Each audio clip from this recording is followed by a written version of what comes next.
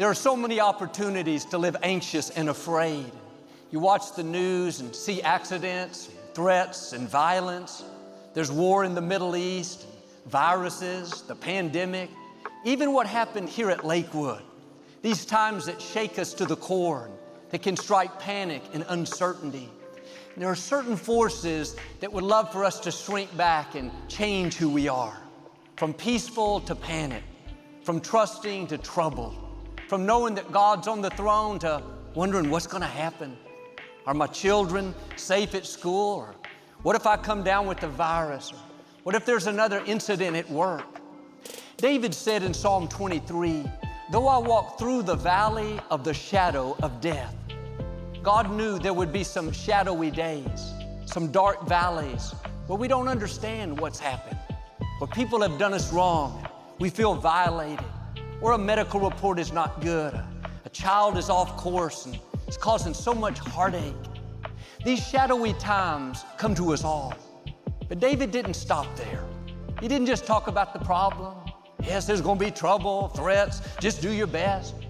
No, he went on to say, though I walk through the dark valleys, I will fear no evil.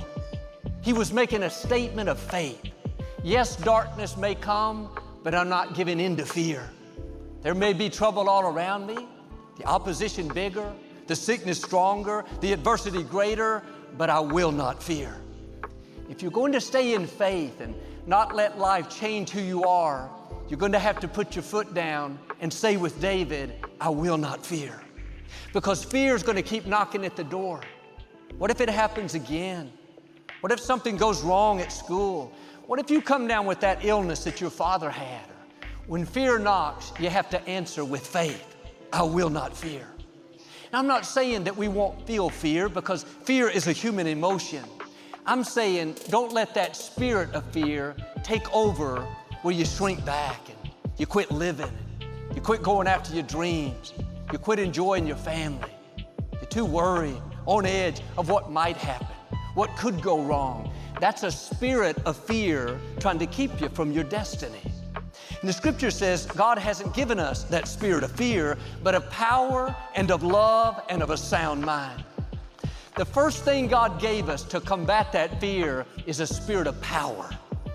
You can't be weak and passive. I'm gonna see if I feel better tomorrow, Joel. I hope this goes away.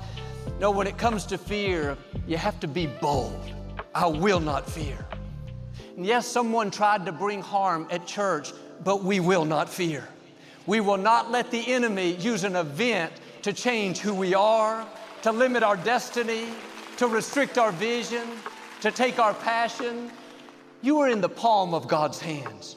Nothing can snatch you away. If it's not your time to go, all the forces of darkness cannot take you out. No person, no accident, no sickness, no calamity.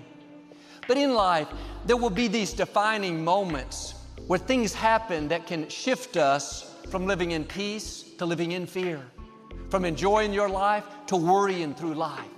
That's where we're at Lakewood. This troubled woman came in and tried to do harm. This is a critical moment. As a church, we could shrink back. Man, it's dangerous. Let's hide our light. Let's just go under the radar. No, this is the time to shine brighter, to share more hope, to dig down deeper and say, we will not fear, for our God is stronger. Our God is greater.